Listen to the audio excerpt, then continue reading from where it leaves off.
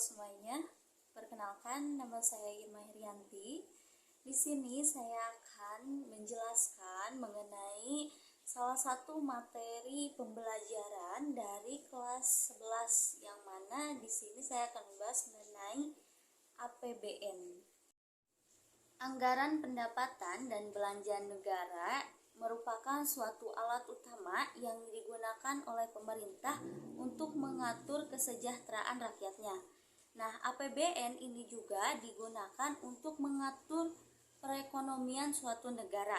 Namun, APBN juga tidak hanya untuk mengatur perekonomian saja, ada juga untuk mengatur pendidikan, politik, dan juga sosialnya.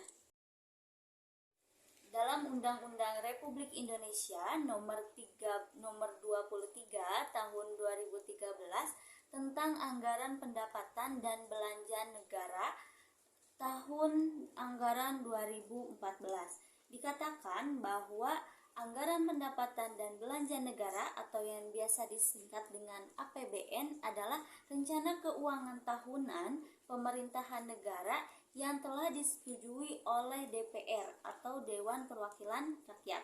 Nah, anggaran pendapatan dan belanja negara itu adalah suatu daftar yang memuat rincian pendapatan dan pengeluaran negara untuk waktu tertentu dan biasanya itu dalam jangka waktu 1 tahun. Kira-kira APBN itu berlakunya dari kapan sampai kapan? Nah, APBN itu sebelum masa Orde Baru dihitung dari tanggal 1 April sampai dengan 31 Maret tahun berikutnya. Namun untuk saat ini APBN itu dihitung dari tanggal 1 Januari sampai dengan 31 Desember. Baik, yang selanjutnya ada fungsi dari APBN. Fungsi dari APBN itu bukan hanya satu, tapi ada 3 fungsi. Yang pertama ada fungsi alokasi, yang kedua ada fungsi distribusi, dan yang ketiga ada fungsi stabilisasi. Untuk yang pertama ada fungsi dari alokasi. Fungsi alokasi itu sendiri dijelaskan bahwa di dalam APBN itu pendapatan paling besar itu didapat dari pajak. Penghasilan yang didapat dari pajak itu diterima dapat dialokasikan ke berbagai sektor pembangunan. Nah, dengan pedoman APBN yang seperti itu, pendapatan yang bersumber dari pajak dapat digunakan untuk membangun prasarana umum, yang mana bisa digunakan oleh masyarakat umum maksudnya. Di sini ada contoh dari fungsi alokasi yang mana bisa digunakan pertama untuk pembuatan jalanan umum, yang kedua untuk biaya pendidikan atau sekolah, yang ketiga itu ada misalkan kayak pembangunan jembatan yang mana di Indonesia sangat membutuhkan itu. Baik, yang kedua ada yang namanya fungsi distribusi. Pajak yang ditarik dari pemerintah itu menjadi pendapatan APBN, yang mana sebenarnya itu APBN itu tidak harus digunakan untuk sarana umum atau fasilitas umum saja, tetapi ada juga pengeluaran pemerintah yang disebut dengan dana subsidi dan juga dana pensiun.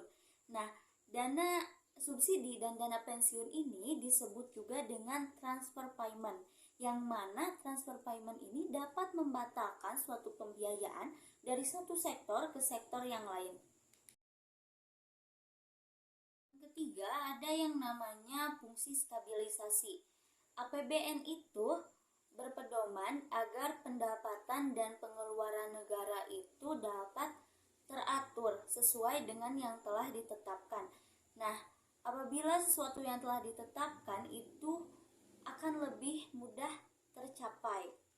Dengan demikian, apabila fungsi dari stabilisasinya ini berjalan, akan menjaga yang namanya arus uang dan juga barang, sehingga dapat mencegah yang namanya inflasi ataupun deflasi.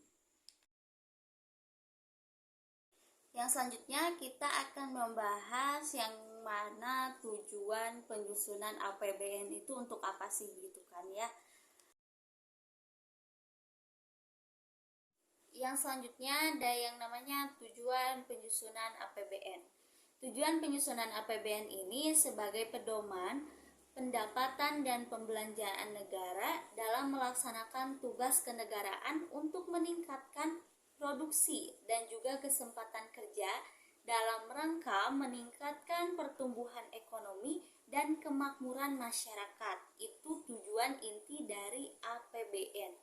Nah, di bidang APBN itu dipilih atau diusulkan program jangka panjang pembangunan pada sektor ekonomi dan juga itu mempengaruhi bidang-bidang lain dalam meningkatkan produktivitas. Peningkatan produktivitas itu akan memungkinkan untuk kita memiliki tabungan yang mana itu bisa digunakan untuk berinvestasi. Nah, investasi yang berkembang itu diharapkan dapat memberi peningkatan kesempatan kerja dan mewujudkan kemakmuran masyarakat. Itu tujuan jangka panjang dari APBN. Baik teman-teman, kita telah selesai membahas mengenai pengertian APBN.